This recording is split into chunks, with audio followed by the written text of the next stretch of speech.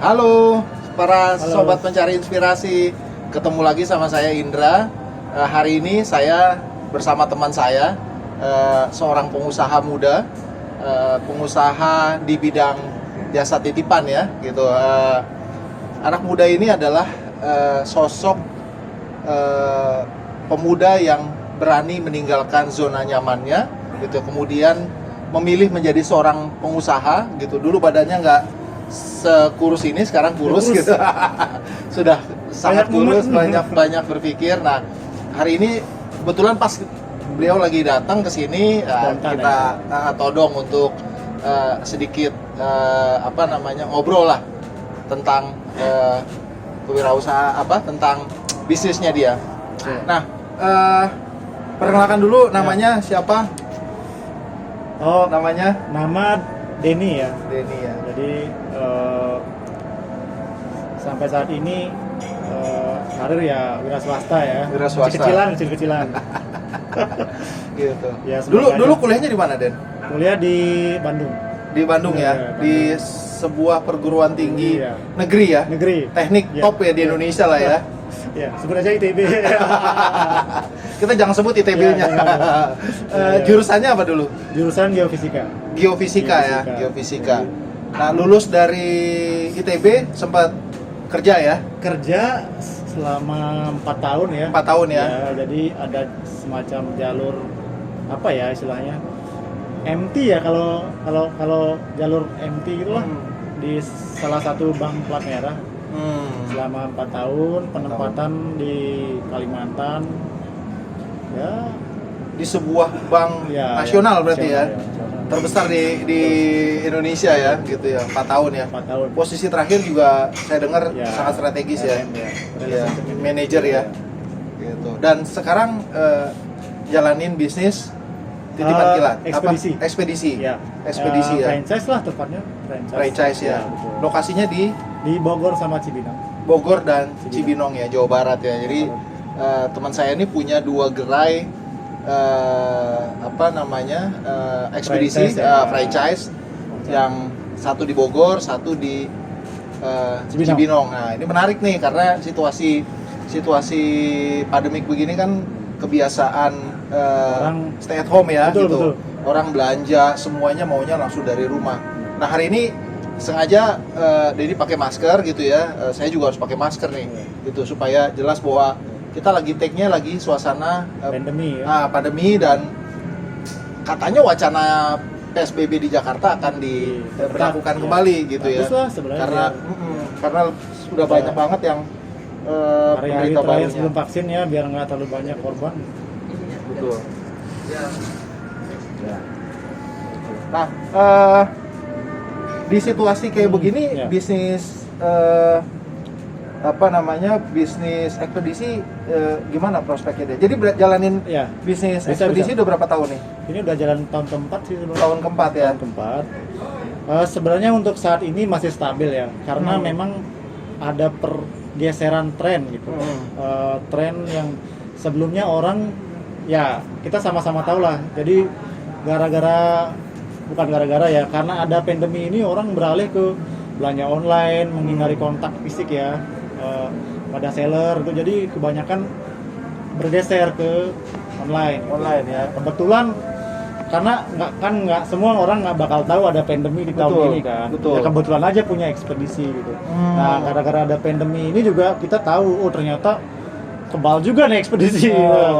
Artinya termasuk imun lah, bisnis yang cukup imun ya, punya imun sendiri lah. Betul ya. Jadi mungkin matinya terakhir kali ya. Karena ya bisnis yang bertahan sementara bisnis lain berguguran di era pandemi begini justru malah masih ada. Walaupun nggak terlalu banyak, cuman ada gitu. Berarti di 11 kemarin ngerasain cuan bagus dong ya? Ya lumayan lah. Lumayan ya. 12 sebenarnya sih nggak sesuai ekspektasi ya. Nggak sesuai ekspektasi. Cuman kan ya namanya sekarang gini. Namanya juga bisnis kue enak ya. Bisa dibilang ekspedisi itu bisnis kue yang enak. Jadi semua orang konglomerat tuh bikin usaha sejenis gitu. Jadi artinya market share kebagi-bagi lagi. Bagi-bagi nah, itu ya bagian dari hukum alam. Oh. Di mana ada gula, semutnya makin banyak. Makin banyak ya. Gitu. Ya cuma kan kita inovasi bos, karena dengan kondisi seperti itu kita berpikir jadi kayak kurus. Jadi berpikir terus gimana caranya survive di tengah persaingan yang luar biasa ini. Dulu 4 tahun, baru 4 tahun terjun di bisnis ini, pemain nggak banyak ya. Paling kita bisa sebut ya adalah yang si pelontos sorry ya yang tadi di delete aja yang brand ambasadornya yang tadi itu baru itu doang, tapi sekarang udah banyak banget ada si ini si itu si ini. Sekarang makin banyak pemainnya ya. Pemainnya makin banyak. Kalau di bisnis entry barrier-nya relatif rendah ya, jadi banyak pemain baru yang betul. masuk ke lini bisnis ini ya. Rendah dari segi ini ya, dari segi bikin usaha barunya ya, karena semua konglomerat bisa bikin itu tuh sekarang kan. Si konglomerat dari Cina bikin ini, jadi rendah memang. Regulasi juga gampang ya? Gampang. Asal punya infrastruktur jadi itu. Gitu. Kiblatnya China semua kan? Iya. Oke, kita masuk sekarang ke bisnisnya Mas Denny nih. Punya 2 gerai berarti ya sekarang ya? 2 gerai, karyawannya ada berapa Mas Denny? Ada 10 ya? 10. Kasih tip dong, pertama kali gerai yang dulu mana? Yang di Cibinong dulu atau Bogor dulu? Di Bogor. Bogor dulu. Pertama kali bikin itu ya. gerai di Bogor. Ya. Gimana pembagian kerja karyawannya? Tadi kita dengar apa? Ya. Rekrutmen pertama kalau bisa cewek gitu ya. Terus di tengah persaingan marketplace yang banyak dan tadi banyak pemain ekspedisi udah mulai tergerus dikit-dikit. Bagaimana terobosan yang masih dilakukan supaya bisa survive? Jadi flashback ya di 2018 awal ya 2017 akhir lah. Jadi itu kita masih lumayan pesta lah, masih sedikit itu. Masih dapat daging ya? Dapat dagingnya lah. Nah, waktu itu kita rekrut karyawan berapa ya? 2 karena kan baru banget kan. 2 pelan-pelan, terus kita ajarin buat marketing pelan-pelan. Yang jelas gini, dalam bikin ini versi saya ya. Kalau bikin usaha tuh kita kuasai dulu operasional, baru ke marketing. Nah, sayang nanti kalau marketing banyak dapat klien banyak tapi operasional amburadul kecewa kan. Berarti operasional dulu baru marketingnya ya? Beberapa bulan lah operasional kuasai dulu. Oh gitu. Kuasai dulu operasional. Jadi biar nggak nanti giliran dapet klien yang besar nanti kecewa dong. Iya, karena nggak bisa kasih servis yang baik ya. Nah itu sih sebaiknya ya kalau versi saya ya karyawan pertama tuh cewek lah. Cewek ya. Karena kenapa? Kan cewek cenderung teliti. Teliti sih sebenarnya ya. Teliti terus secara psikologi untuk usaha baru kan kita masih meraba-raba ya. Betul. Cenderung sih sebenarnya kalau karyawan wanita tuh lebih nurut lah intinya. Lebih nurut, lebih gampang diatur ya. Lebih gampang diatur dalam hal untuk menyesuaikan manajemen kita ya. Strategi kita. Jadi nggak banyak pertentangan lah intinya. Jalan-jalan aja gitu. Udah lama-lama semakin, karena kan namanya bisnis gerai itu nggak jauh-jauh dari branding ya. Artinya semakin yang kita ajak kerja sama brandingnya besar, ya lambat laun customer datang. Lambat laun customer datang pelan-pelan.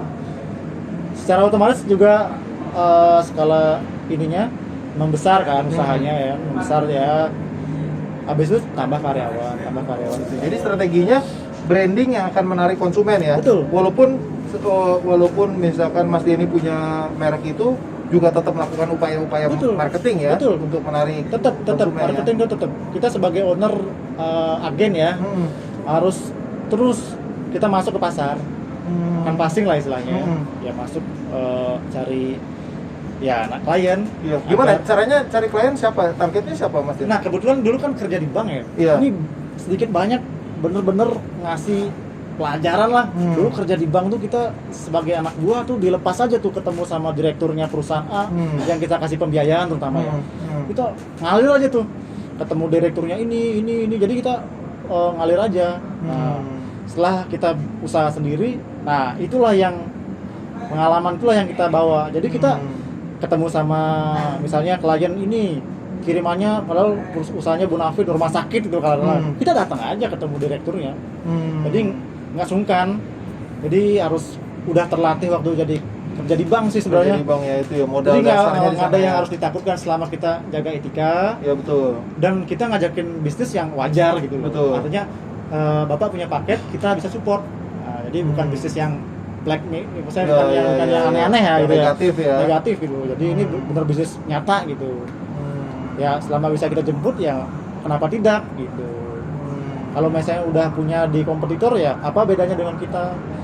Ada juga yang dipikirkan Ada. terobosan Ada. apa diferensiasi dari kompetitor. Contohnya apa Mas Ed? Yang Salah- dilakukan Mas ini untuk membuat Kita pernah bisnisnya buka gerai menjadi 24 jam. Buka gerai 24 jam. Iya, pernah. Walaupun itu sebenarnya gagal. Cuman kita nggak tahu gagal ini penyebabnya apa. Maksudnya gini, kita gagalnya definisi gagal tuh seperti apa Mas? jadi harapannya 24 jam itu kan biar customer datang kapanpun bisa kan. Oke. Nah, cuman setelah beberapa waktu setelah dievaluasi ya ternyata nggak seperti yang diharapkan. Jalan berapa lama Mas? Sebenarnya bukan gagalnya tuh gara-gara corona sebenarnya gagal. Oh gitu. Betul. Jadi Itu tapi dipaksa. jalan berapa lama itu? Itu kalau 2 bulan? misalnya ya 3 kalau bulan? ada 2 bulan atau Ada 2 bulan ya? Itu bulan kalau nggak salah Februari deh. Februari ya, Betul. awal-awal corona berarti ya. Awal-awal itu gara-gara itu tuh ditutup lah layanan 24 jam. Karena kan banyak regulasi ya. Kayak Pembatasan jam kerja. banyak gitu ya. banget berbenturan kita dengan regulasi Regulasi kan. pemerintah ya. Jadi kita jadi setengah-setengah juga jadinya. Nanti takutnya kan digedor lah sama Satpol PP, PP macam-macam gitu kan ya. kita jadi nggak enak kan. Betul. Itulah sampai saat ini masih ditutup 24 jamnya. Tapi masih buka sampai malam. Rahasianya buka gerai itu buka paling pagi, tutup paling malam itu aja. Oh gitu ya. Iya. Dan percantik gerai ya sebaik mungkin ya supaya iya. confidence Betul, ya. confidence ya betul. Itu kan mencerminkan layanan yang kita jual. Gerainya aja muradul. Ngapain kita ngirim ke sana? Yang ada paket kita nyelip di sana hilang loh. Gitu. Kalau perlu yang ngelayanin juga cantik ya. Cantik. Itu berpengaruh bos. Gitu ya. Berpengaruh bos. Ini dulu gini. Pernah punya pengalaman begini. Kita dilema. Cari yang cantik agak males. Apa yang biasa-biasa tapi rajin. Jadi ya kita nggak ngebedain. Nggak ada tuh yang ya. cantik terus rajin ya. Susah ya. Susah kita carinya, susah. Jadi memang harus ada proporsional bos. Kita nggak bisa cari yang rajin semua tapi biasa-biasa aja. Dan kita nggak bisa juga nyari yang cantik semua tapi ya, malas juga. Kita kan bisnis kan, Ya, harus betul. ada yang rajinnya lah intinya Betul, gitu. betul. Jadi harus saling melengkapi intinya. Ya mau nggak mau kita ngalah. Artinya di blend. Ada yang rajin, Ya. ada yang cantik gitu. Ya. Itu berpengaruh. Itu orang kalau misalnya baru denger, nggak ngaruh lah itu. Buktinya perusahaan rokok itu SPG-nya cantik-cantik. Cantik, ya. Dan Ngaruh itu bos, berlaku, ya. itu ngaruh.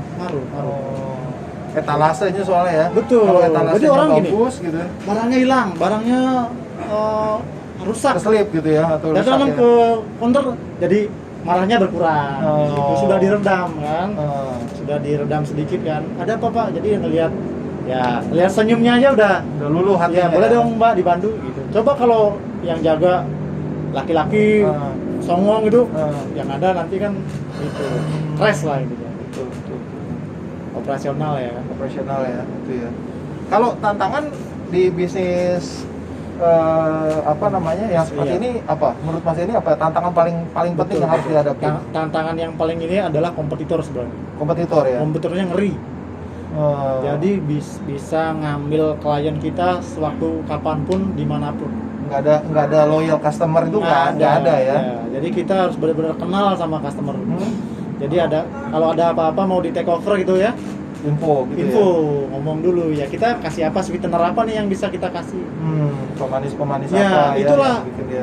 ininya harus fokus jadi ngurusin usaha ini. Jadi kalau ada capek dong kita udah capek-capek cari customer nanti diambil orang. Iya Gitu. Itu tantangan terbesar sih kompetitor sih. Kalau masalah barang hilang, barang rusak itu kita udah kenyang lah ngadapin itu. Ujung-ujungnya kita selesaikan baik-baik kan. Nggak seserem yang kita bayangkan. Berarti lebih banyak faktor threat-nya ya, ancaman dari luar ya, kompetitor ya. Tapi kalau di dalamnya sebetulnya kalau dari sisi kelemahan gitu ya, kalau kita pakai analisanya apa namanya, Porter misalkan SWOT, analisa SWOT kan berarti lebih banyak di kompetitor. threat-nya ya, Ancamannya, keluar ya. iya ini ancamannya.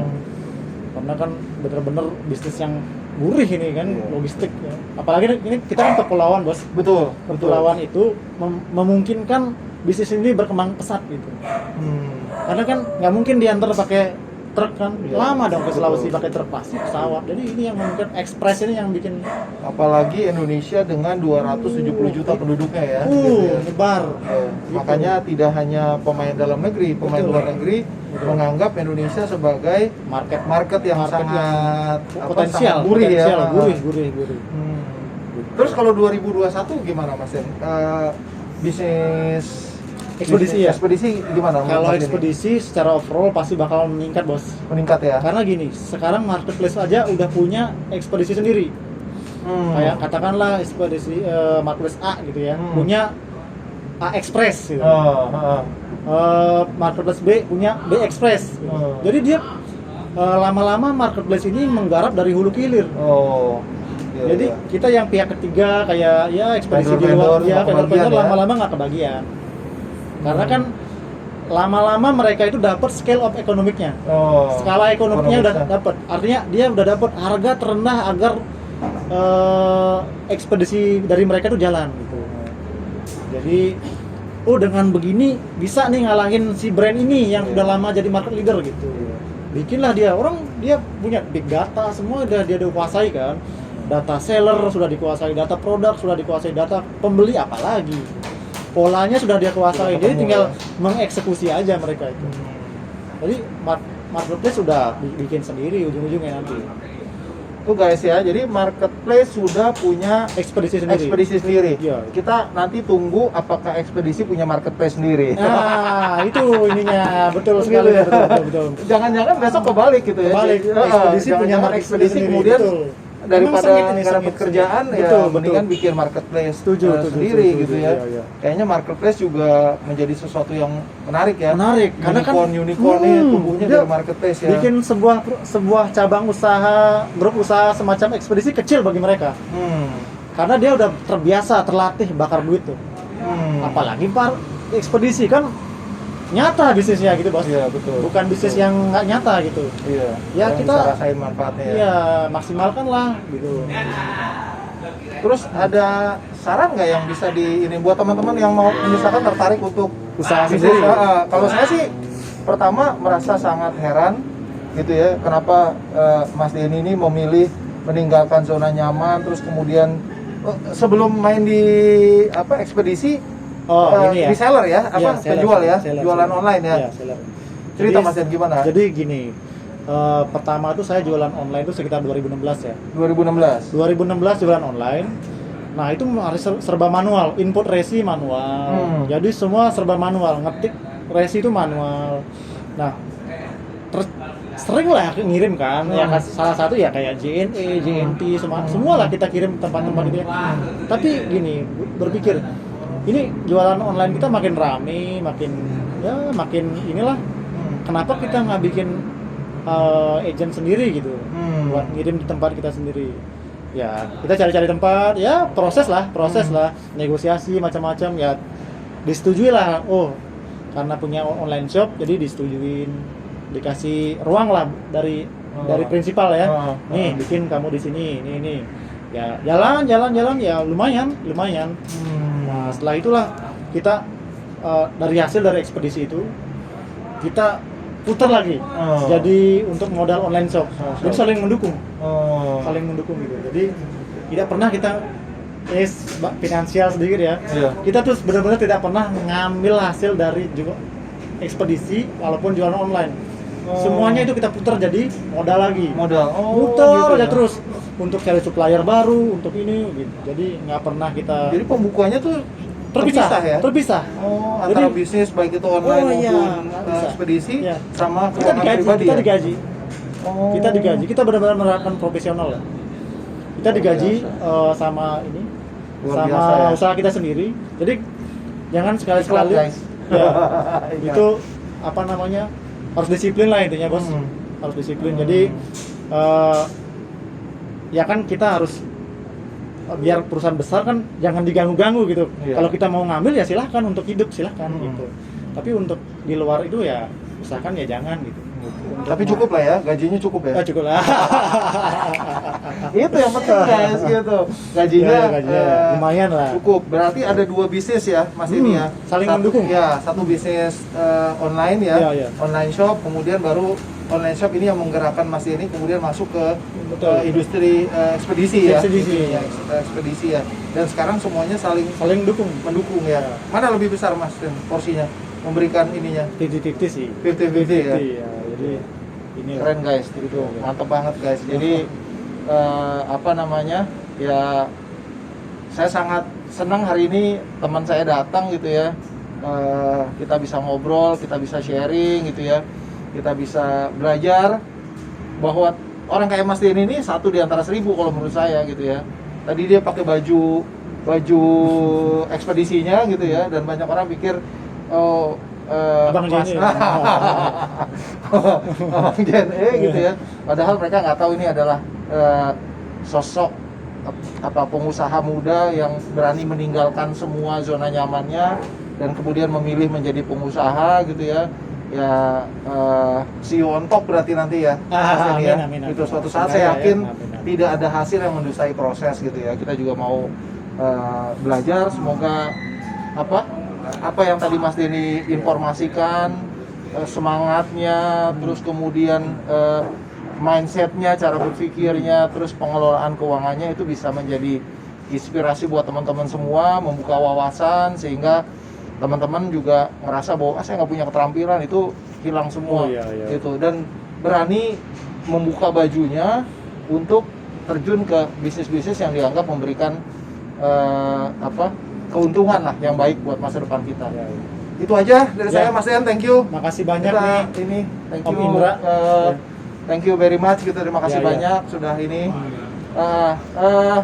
Teman-teman sekalian, sekali lagi saya sampaikan jangan lupa like, Ya, komen dan subscribe. subscribe gitu ya, di link bawah ini. Sekaligus juga di komen tema-tema apa yang pingin teman-teman dengarkan gitu ya, dengarkan, kita diskusikan sehingga harapannya channel yang kita bangun ini bisa Ya, terus bisa memberikan ngasih, ya ya. inspirasi buat teman-teman sekalian. Salam inspirasi, sukses.